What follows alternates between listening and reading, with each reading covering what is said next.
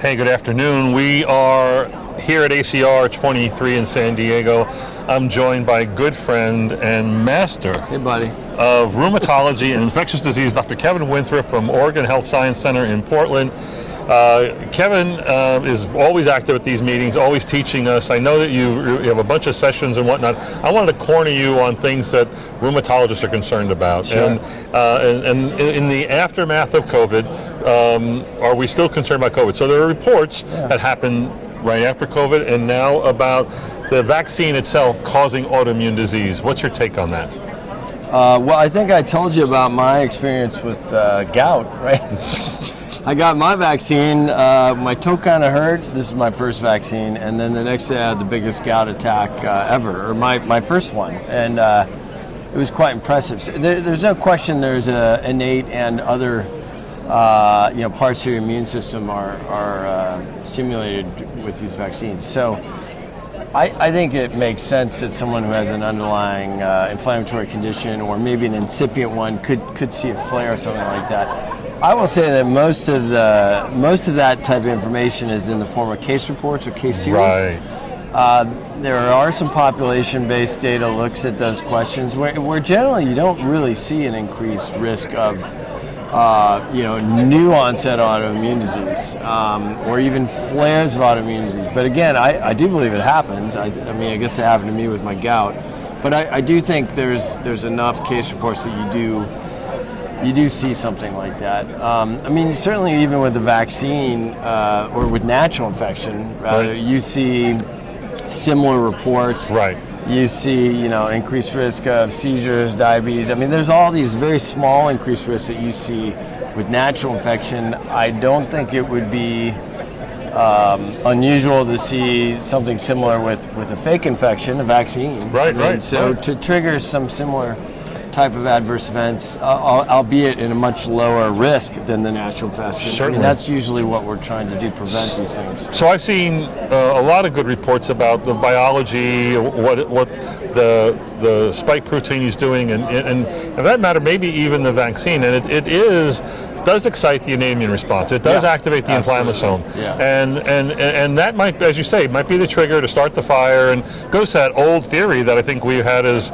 we were medical students, that infection can make immune disease worse, and just by the evil humors that it produces. So it's not surprising that vaccination would lead to more events. What do you think about the concept of actual infection leading to a surge in autoimmune disease? My take on that is that I think that during the COVID pandemic, nobody got seen, and after the COVID pandemic, everybody's back to being seen. So is this enhanced surveillance maybe that's picking up more cases that shows up in these reports? But I personally don't think I'm seeing more autoimmune disease because of COVID. Yeah, so the onset of new autoimmune disease, like I said, the population-based looks I've seen at that with both natural infection and vaccine, haven't really shown any increased risk. But boy, I mean, it doesn't preclude the idea that it happens on an individual, case-by-case basis, which sometimes, you don't see something in a big population-based study, but you might have individual cases where that's the issue. I mean, certainly we know infection in general can trigger autoimmune diseases. I mean, this is well established.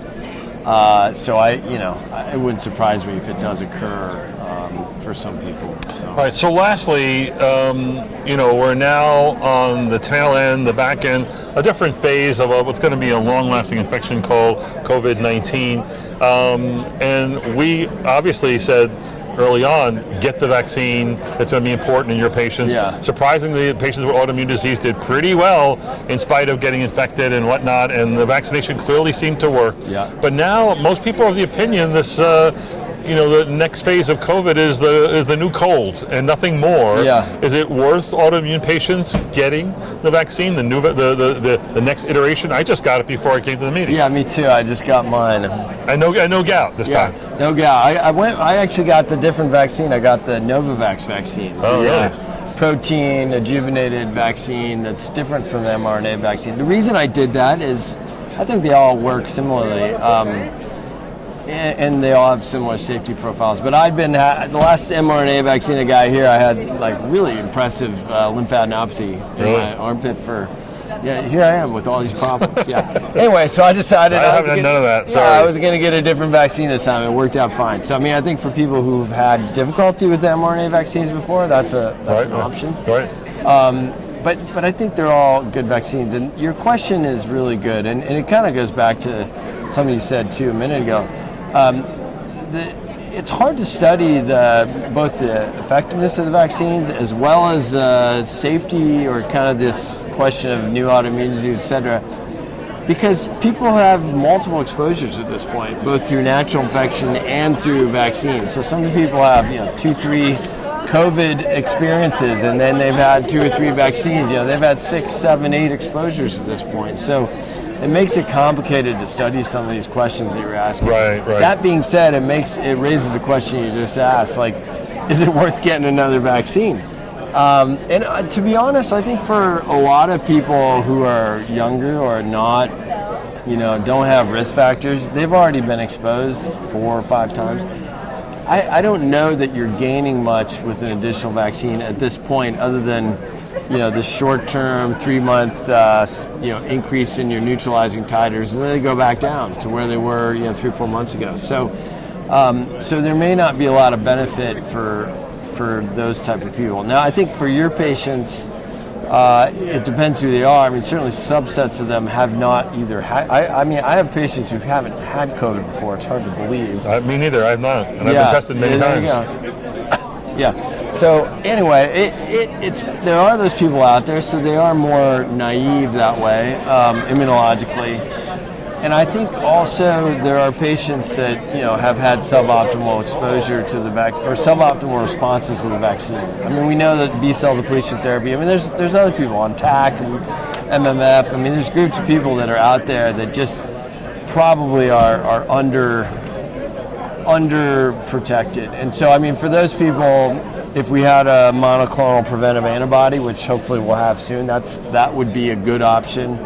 And for those people also, I think booster is a good option too. Now, the frequency of those boosters, I don't know. I mean, we've kind of slipped into this idea of annual boosters for the general population, which myself and I have a lot of colleagues, I'm not sure, a lot of us don't think that's necessarily the right answer.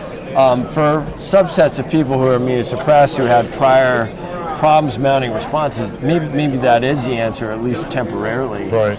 But you can't vaccinate someone every 3 months or every 6 months. I mean, this is, and if you look at the data, the longer you wait between the vaccines, the better they work. Mm-hmm. So, I know CDC says, if it was 2 months ago, you can get your vaccine. But I mean, that's a little early. Right, and the data is weak at best. I would wait 6 to 12 months. I mean, if I was immunosuppressed, things like that. So, anyway, I think the long answer, it was way too long an answer, is to your question, yes, there are subgroups of people that should continue to be vaccinated, but we probably don't need to vaccinate at such short intervals. Right. So it is. I mean, what do vaccines do? They reduce the risk. This is you're playing the odds, and in high risk patients, that seems like it's a worthwhile thing.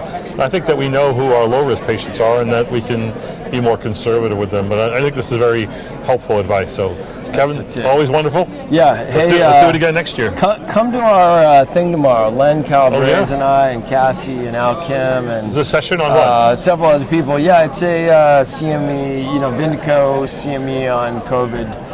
Where we are today with vaccine, monoclonal antibody development, and kind of what the future holds that way. So, good. Yeah. Powerhouse antivirals. Yeah, we got there's good stuff in the pipeline, so I think it'll be even more of a cold for people in the future. So, all right, excellent. That'll be Tuesday afternoon. Yeah, you got it. Yeah, thank you. Be there. Cool.